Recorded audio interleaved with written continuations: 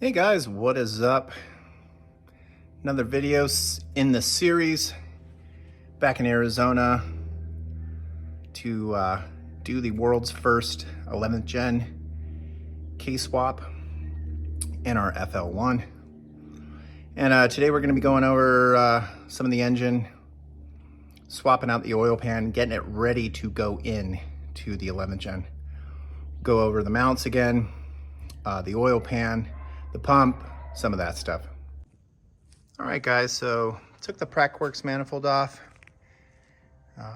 You can see we've taken out the DI injectors. These are all gonna get filled either with a dummy injector or we'll weld them up when we do the head work.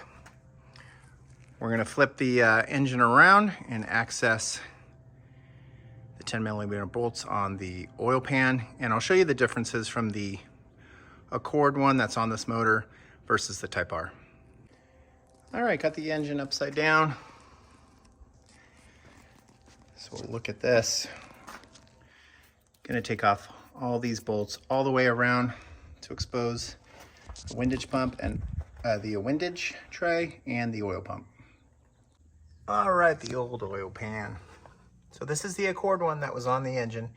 It's a K20c4, or it could be an RDX oil pan. And come up here, you got your windage tray that gets removed. So a lot of people are going to be like, wow, what is this oil pump? So you actually have balancing shafts inside the oil pump to help for vibrations. It's more for commuter cars to kind of cut some of the vibrations so you don't notice it. It's not as harsh as some racing engines. Like the Type R will be a little harsher. That's why they experience a little bit more vibration when they put mounts on the car than the Accord guys. And so Accord owners, they can totally delete this. You can install a Type R oil pump. You'll probably save about, I think it's around 10 pounds of weight and frees up about anywhere from 5 to 10 horsepower just because of the rotating mass. But yeah, we're gonna go ahead and take this out. I'm not putting on the Type R pump right now or the windage tray. Basically, this motor is just being put in the car for fabrication purposes and will be pulled out, and then the built motor goes in. So, yep, let you guys see what's inside the K20c4. All right, so let's get back to the oil pans. Let's check them out. Some subtle differences. You can see that's the same. Got this area right here is different than here, and this area here is slightly different, mainly due to the rear mount that needs to go on the car. So this pan is designed for an Accord rear, and this one is for a Type R rear. So you can see the difference. Pause if you want to look at it. All right, balance shaft is out, 214s, and I think a couple 10s or 12s. You can see the crank here.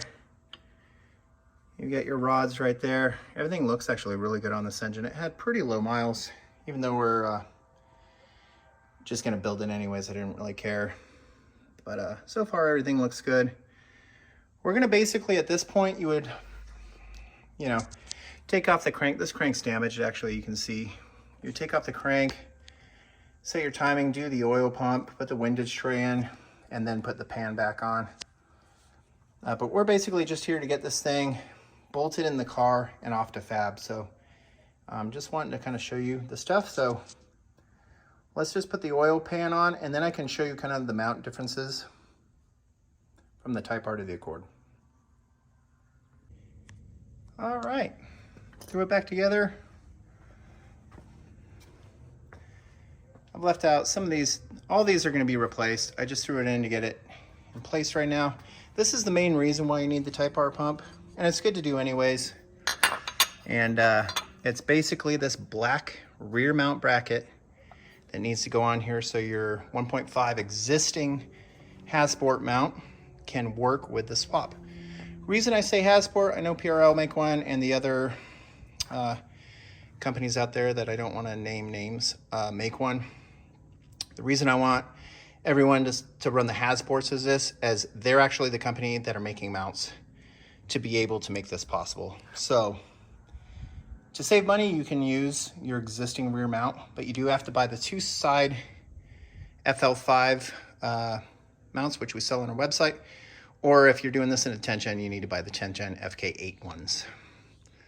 All right, so that's a little bit more in detail now on the oil pan process. We're gonna flip this around, and then the next episode, we'll go over some of the suspension parts on the car that we got powder coated. Gotta take this automatic disc off, as the flywheel will be going on here. And just put an oil filter on here so nothing gets in your engine. And yeah, it's coming together, guys. So definitely like and subscribe. We got so much good content on this car coming. Thank you all for who have liked our pictures on Instagram. It's been insane. And of course, a crazy month with sales. So if you need to order something for your 11th, 10th gen, newer Honda, whatever, go on our website, www.axionperformanceparts.com. All right, till next episode.